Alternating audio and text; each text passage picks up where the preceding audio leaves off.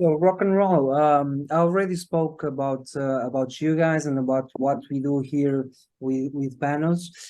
So just for the record, this is a class where we will talk and we will hear from the best out there. We will hear about Panos. Panos, it's a senior, well, professional. I was about to say penetration tester, but I think you're way more than just a regular penetration tester. Panos, it's an influence for me. I was saying off the record there that I will not talk a lot because I'm a fanboy of Panos, so I have to put that out there. But Panos is the creator of several tools that I use daily. Villain, we already know what is a command and control server. So Panos created one. It's called Villain. He created also one script or one tool that I use quite often. It's called sudo hash. Sudo hash is this really great tool for creating dictionaries for all of your brute forcing needs. Panos even has a couple of CVs under his belt. So yes, he's that good. And today we were fortunate enough to have him here talking about how can you manage your projects, how can you manage your GitHub, and anything goes really, because I want you guys to also ask him about, well, industry questions of what is penetration testing, and just ask him and let's make the best of it, shall we? Again, Panos, thanks so much for having us, and the stage is yours, and I'll shut up now. So, well, enjoy everyone, and thanks so much. Let's go. Thanks so much for inviting me, and the kind words I really appreciate it. And I think you're giving me more credit than I deserve. I told you many times. I'm saying this again, and I'm gonna share my screen. I have prepared some little presentation that is in the wrong slide right now. This is not gonna be a PowerPoint thing. I just have a few slides just to as a guide, let's say, to this. And this presentation is about creating your own GitHub projects. My name is Panagiotis Hartas, but you can call me Panos. It's my short name. Panagiotis Hartas is too long and boring. And I use the handle Telemachus to kind of brand my work on GitHub and YouTube. And let's see what we got here.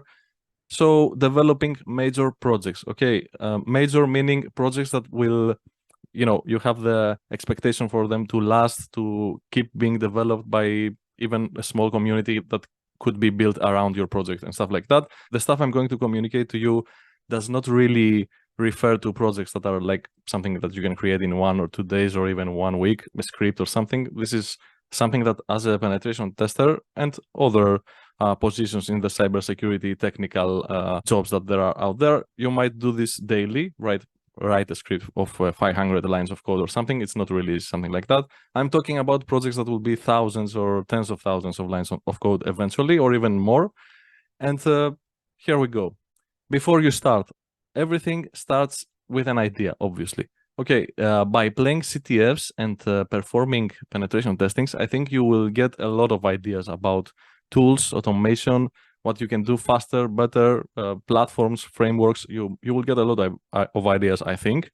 And a great question to ask yourself before you jump into creating something, as I called a major project, for example, is your idea unique, right? We're like 8 billion people on this planet. It's only natural that you might come up with something that has already been developed and in different implementations many times. Okay. Or maybe sometimes you have very unique ideas, and okay, if you have a unique idea, just go for it. Nothing is stopping you. And even if you have an idea that is not unique, nothing is stopping you. I would just say, ask yourself a question. And I'm saying this because I wish I had asked this question, and I will give you examples. Like, what are you getting into? Let's take C2 frameworks, for example, which is something really hot in penetration testing and cybersecurity and stuff like that. The concept is not new. It's something that exists for, I believe, over a decade. And there are many different implementations, very cool projects like Sliver, Havoc, Metasploit, Mythic. There are many developed implementations that have built a small community around them. I'm gonna tell you a little bit of an example, myself as an example. This is what I got into. I created a tool recently We mentioned it before, Villain, which is kind of a high level C2, right? And let me just, I'm gonna exit this. I'm just gonna go to the project repository just to show you a few things. Okay, so this is the project. It has a few capabilities like a payload generation. It has a few stuff it can do. Okay, so I'm going to Insights just to show you a little bit in the contributors. I'm gonna show you a little bit what is the progress of this project. Okay, it started very recently in 2022. It's not even 1 year old. I am the only developer of this project. This is the number of lines I believe that have been committed, which is almost 20,000 lines. It's not that much, but it's not little also. It is a significant time investment. And whenever you see a number in lines for a broad project, it means that it was at least double, because there was a lot of testing and altering stuff. So this is not the number. It was much more than that, right? So I got into the C2 framework building, and as I mentioned, there are other C2 frameworks, and let's take one as a comparison. Sliver, which is very famous and very capable, and it's really awesome. I also use it sometimes, and it's developed by Bishop Fox, which is a company, a cybersecurity service provider. Very cool company. They have a lot of content also on YouTube and stuff. If you want to check out, they're great. And they have built Sliver, which is also great. And I'm going again to Insights, contributors, just to have a comparison here. Okay, so check this out. This project is older. It's been around for some years.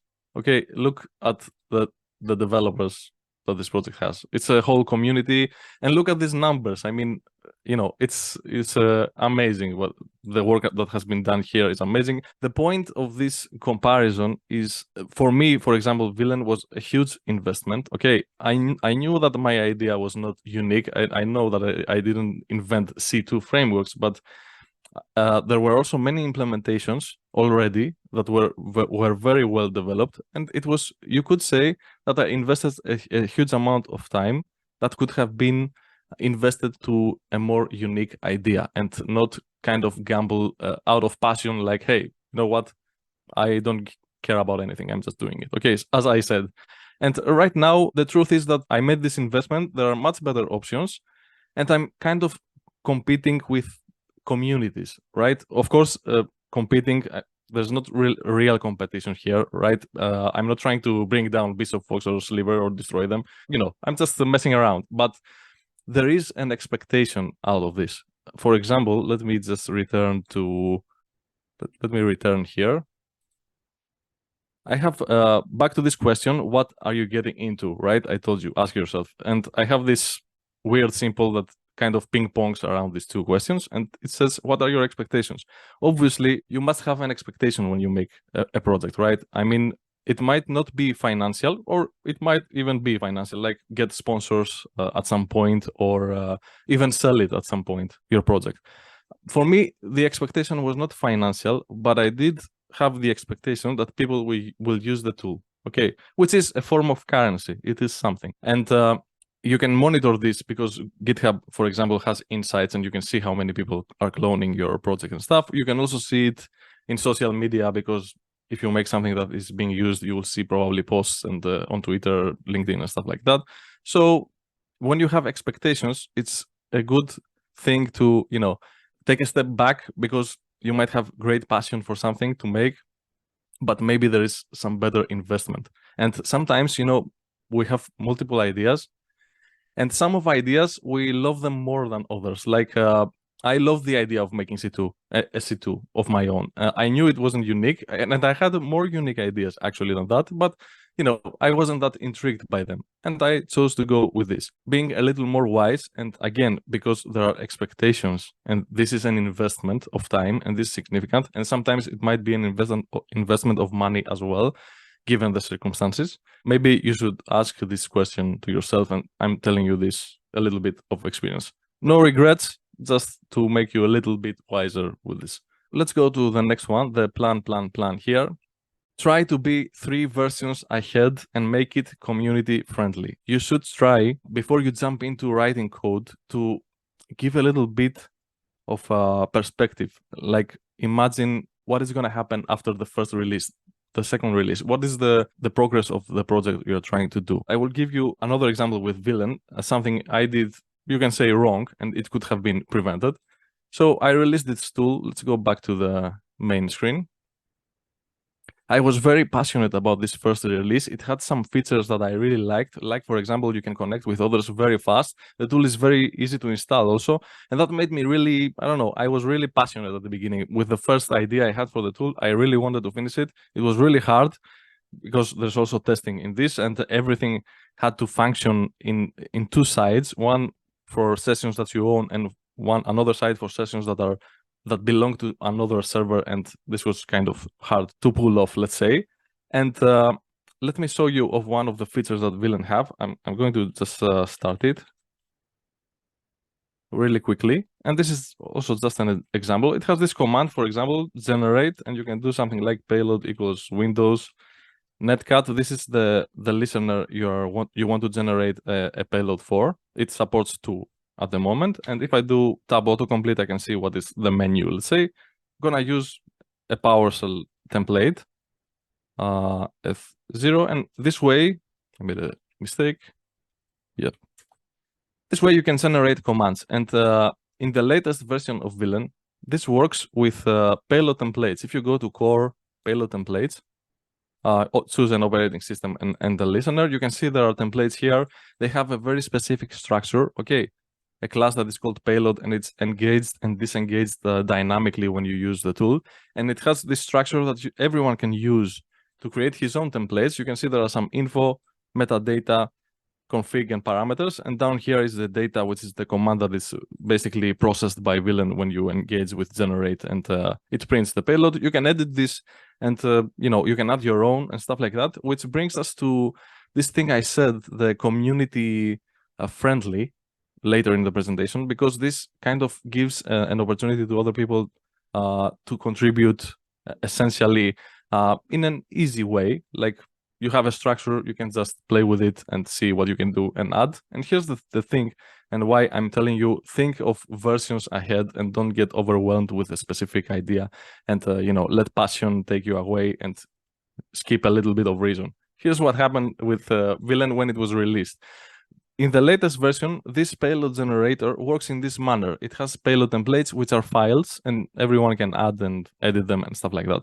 But in the first version of the tool, there was a payload generator, but it was not based on files. It was kind of a little bit of hard-coded stuff. You had more parameters.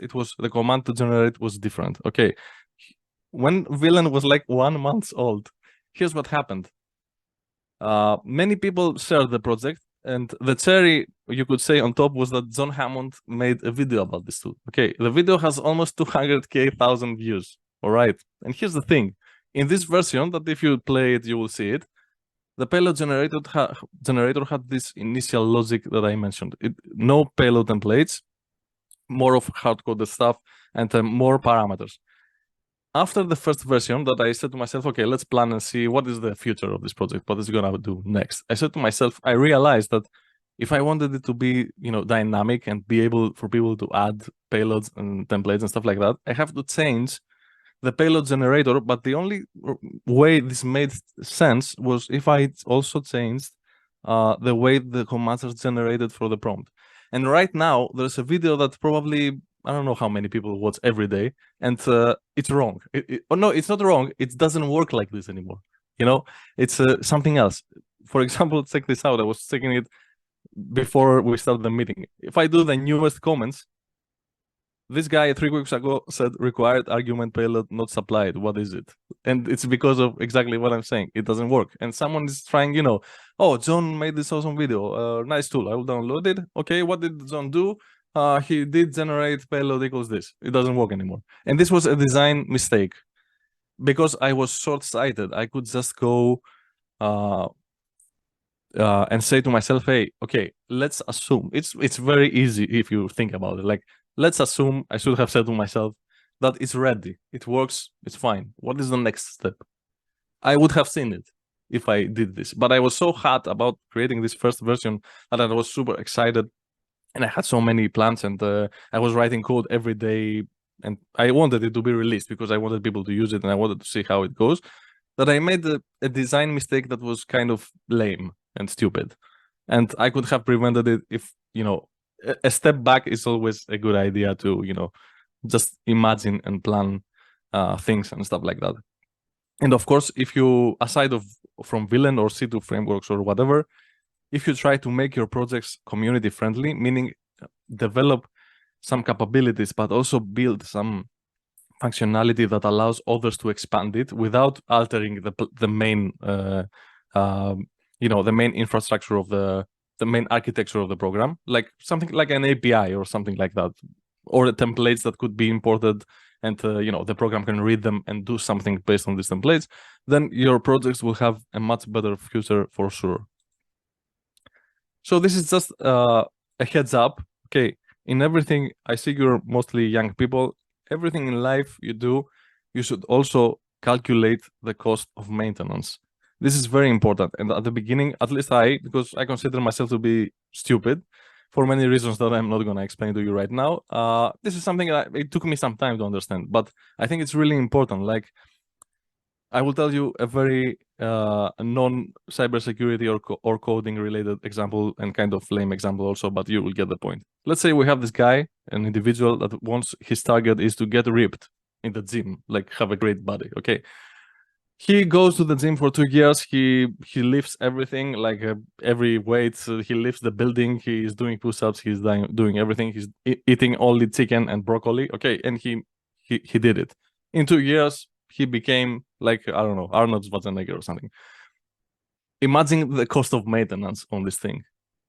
Imagine being ripped. What would it take for you to continue being ripped? You will have to go to the gym every day. You will have to eat chicken every day. So think a little bit about the cost of maintenance, and coming back to, like, escaping from this lame example I just said, and coming back to GitHub and stuff like that, a project, especially a project that is being used, will have issues. For example, if I go to Villain, you will see there are 69 closed issues and 10 open. Sometimes people will comment very sophisticated stuff. Sometimes they will make you question deleting the project or something. It's possible. I mean, it happens. And some of them are not sophisticated, of course, but even an issue that is easy to manage, it needs some work. It needs some time. And, this is not a great amount of issues. If we go to Bishop Fox, there are 145 open and 500 almost closed. And there are also pull requests, 700 pull requests, also Villain has. And all of that is work. And especially if you have contributors, meaning people that will add chunks of code that you will test, but okay, let's be honest, you won't know sometimes 100% what it does. Sometimes you will see that it works. Maybe you will trust someone and stuff like that, and fix issues as you go with it. It's hard to maintain. Sometimes you will have maybe to read code of other people, and it takes time, and it's considerable. One last thing, be careful who you merge with. There is responsibility in contribution, okay? And I'm gonna tell you a short story without names to understand a little bit this concept. I have another project. It doesn't matter which one it is. Many people have used this project. Some time ago, a guy made a pull request. He had an awesome idea, actually, to add something on this tool. It was really cool what he thought of, and he also implemented it. He added a whole bunch of code, new classes and functions to add this functionality. And he also altered some of the things I wrote in the program to make this work. He also texted me an email and he told me, hey, I made this. I really like your project. I'm this guy. I want to contribute and stuff like that. I checked him out. He was really legit. I think he was really good at what he was doing. His code was, well, I tested it. I downloaded the fork he made and tested the program. It was working fine. But I had this idea that this implementation will probably not work for every Linux distro. And also, if I noticed that if someone had played with his environment on Linux and have changed some stuff, it wouldn't work. And I told him, hey, you know what? It's awesome, but I think you should check it again and check these things out. He was super confident that I was wrong. He told me no. He told me why. Okay. I said, you know what? Doesn't matter. We will see. I went for it. We merged the project. It was working fine, but actually I was right. And people started opening issues about this particular commit in the project.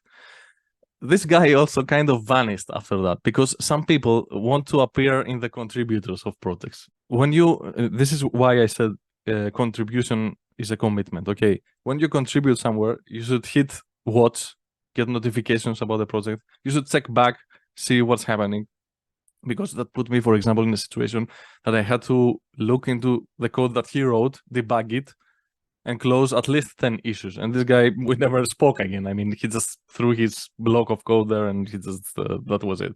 And this goes for you also, that you might contribute to a project someday. Especially, I'm not talking about contributing one line or something like that, or a grammar mistake. Some people make pull requests for grammar mistakes or something. I'm talking about chunks of code that are significant. Okay, this is a commitment. You have to check back. You have to see how it goes. And be careful when someone approaches you to merge your project. Of course, you obviously will check the code and everything, but also you should have a conversation and make it clear that you expect someone to, you know, check back and see how this goes, hit watch, and be there if something is not working.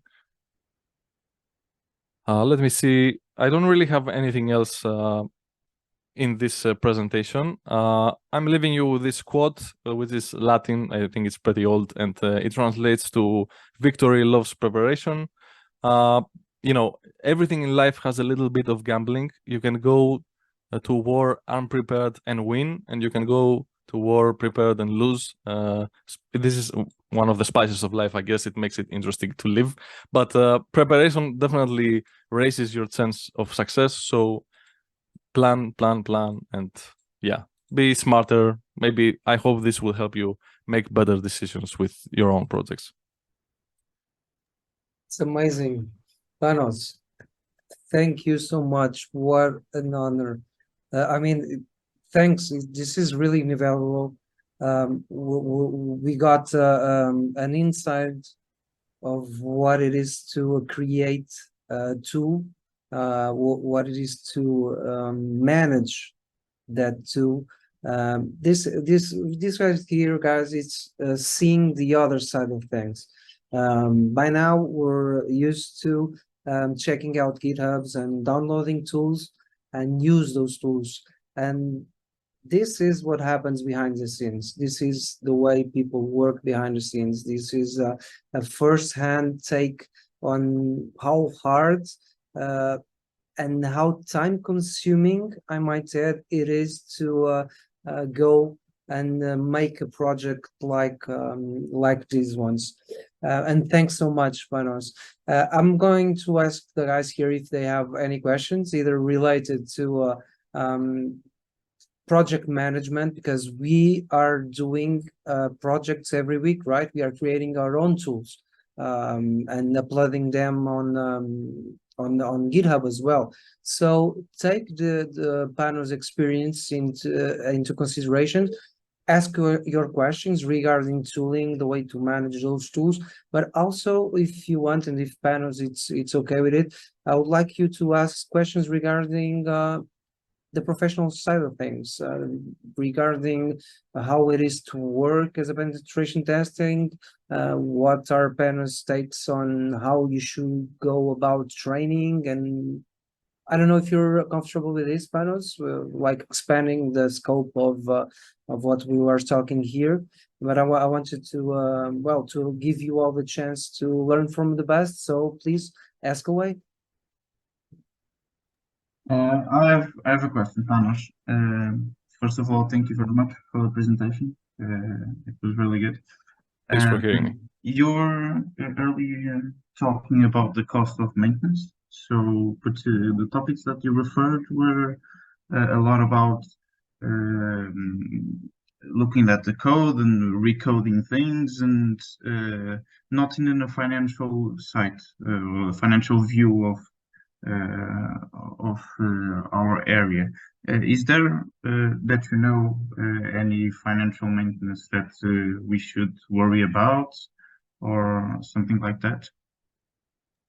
You know, depending on what you're building, maybe sometimes it will be beneficial to buy something. This could be a book, maybe you're writing something really complicated at a low level or something. I'm just giving examples, and you will need resources to do it. Maybe it's a course, maybe it's something like that.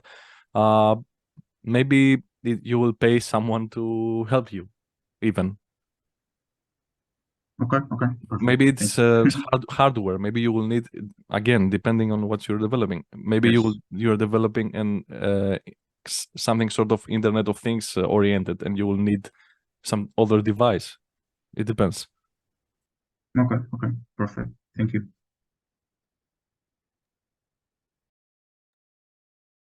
Hello. Hi. Can you hear me? Yep. I have a question. All right. I didn't know if this mic was working. Thank you so much for the presentation. That was great.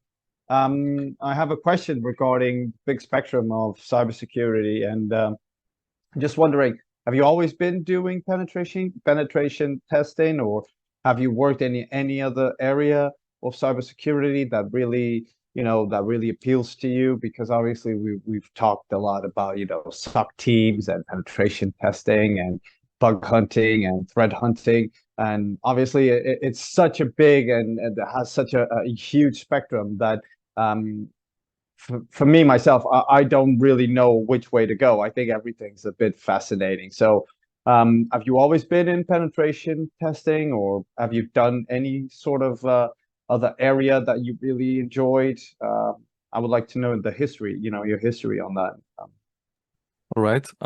Actually, I'm one of these people that have that are coming from a different industry.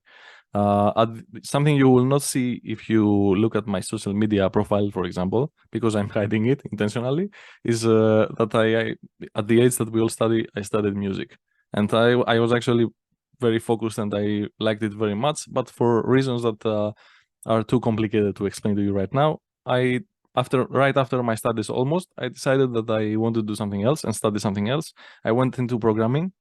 At the beginning, I was not interested in cybersecurity. It was not in my spectrum of possibilities yet. I was very interested in programming and computers, and I started studying. And soon after, I think accidentally, I just downloaded Kali Linux because I needed a Linux distro to practice Linux fundamentals. And for some reason, I downloaded Kali Linux. And after some time, with Googling and everything, I realized that this is a platform for pen testing. I understood what that is. I found out about books about it and hacking concepts and everything, and I started studying. When it comes to cybersecurity works besides penetration testing, the only relevant thing I can think of that I did for a long time, it was my step before becoming a pen tester, because there was a time in my life, some years, that I was studying and practicing before I actually get a job in pen testing. I was doing a lot of auditing and consulting based on international standards like ISO 27001 and PCI, for example, which is for credit card security and stuff like that, payment security. And I was consulting with companies, and it was also very educational because these standards are full of many concepts and ideas about security. And this is actually, I think, where I started learning a lot of stuff, and not only for security,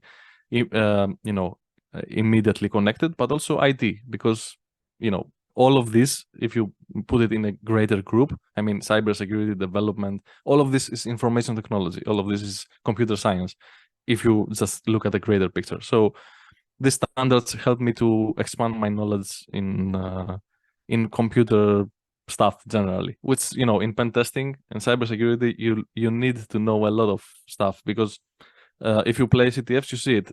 You don't know what technology you will come against. You have to study, you have to research, and see if there are vulnerabilities, or you can find some vulnerability, and there's no end to what you might have to test and hack. I hope I covered your question. Wonderful. Yeah. All right. Thank you so much. Cool. Definitely. Thank you. So a couple more questions, guys. Let's make the best of things. Yeah, Panos, thank you for the presentation. Is there any tool you've made or even feature that came from a need you found on a real red team engagement? Yeah, most of them actually. Yeah. For example, the tool that I think the tool I like the most from the tools I've made is Toxin, which is for exploiting XSS, and it's kind of rare a little bit to use this tool because first of all you need a certificate to start it. So this is a filter, I guess, for people using the tool. Maybe I should have not made it that way. Anyway, it doesn't matter. But I think that I was doing a pen test once, and I found an XSS, a very lame XSS. It was just in the login portal of the application. It was a serious application. It was on production, and it was reflecting a value from a parameter from the URL, and you could just type whatever code you wanted in there, and it would just, I could execute whatever I wanted, of course, in the browser context. I started using Beef, the browser exploitation framework, because it's super cool. And I was hooking this browser. I also wanted to combine it a little bit with phishing, send an email to the administrators because I was in communication, maybe do something tricky. But I was a little bit angry and disappointed because Beef is an amazing tool. It's incredible what they've made. But in my opinion, and I'm not saying that Toxin is better, whatever, it's amazing what they have made. But it's a little bit slow when it comes to exploiting a vulnerability that you can lose it just by closing a tab on the browser. Because Beef needs you to hook the browser if you have used this tool, and then you can execute all the scripts, and there's a library, it's awesome, that do a lot of stuff, and some of them have parameters also, but this is not what I needed at that moment. I said to myself, I need a tool that is going to poison the shit out of the website without me doing anything. Just hook it, and it will just poison everything. And I had the idea to make Toxin, and I think that if you see it in action, it's kind of impressive because it also deals with the persistence, which in XSS is hard to do because you might have a vulnerable page, but if you change the document, it's gone. This is the essence, the nature of XSS. But the Toxin actually never lets you leave the document. It just requests the next document and rewrites the current document, and so it creates persistence in XSS. And I think it's kind of cool. And I think because I've used it in pentest a few times, and I've used it in some websites that were kind of complicated. They had a lot of forms, a lot of tables. It was messy stuff, and it was maintaining XSS, but you wouldn't lose the functionality of the page, and it was rewriting the whole document. And I think it works quite well for what it's doing. Sudo has also the tool that Pedro mentioned that he uses. Also, I said to myself, I want a tool that I will give it a keyword and will generate every combination of case variation and lit translation. All of them. There will be not one missing. All of them. And this was the essential idea. And I started making this tool, and yeah. Nice, thank you. That's amazing, Panos, because tomorrow actually we are going to be talking about cross-site scripting, and the timing could not be better. Amazing. Yes. So, any more questions? Yeah, I have more questions. Thank you, So sir. no, it's okay. Thank you for presentation. Very good, thank you. I spent a lot of time during my day-to-day watching your GitHub and exploring a little bit about yourself. And I see that most of the tools you have, Bill and Toxin, Sedoash, everything, like you are almost the sole contributor to all of these tools. You don't have or if you have someone working with you, it's very, very few commits or lines of code. Is this because of the reason you mentioned before, of that person that did something that you're not expecting, that you don't allow anyone? Because what I'm thinking is that you want to develop new tools. If you have unique ideas that will come up in your head, you're gonna want to develop new tools, and that in a few years' time, maybe it's gonna be too much for one person to keep updating all these tools. Like, is this something that you gonna be interested to have someone join you at some point? Yeah, you found my weaker spot, I have to admit. I have been kind of terrible with maintaining a community around my projects. I rarely accept contributions, as you mentioned. And you put it very well. I jump from project to project, which is a very bad tactic. But, I'm just, I don't know. There was a time in 2022, especially, I had a lot of ideas together and I wanted to do everything, and I tried to. And yeah, it created a lot of projects. I rarely accept commits because of the reason you said. I mean, because of this incident.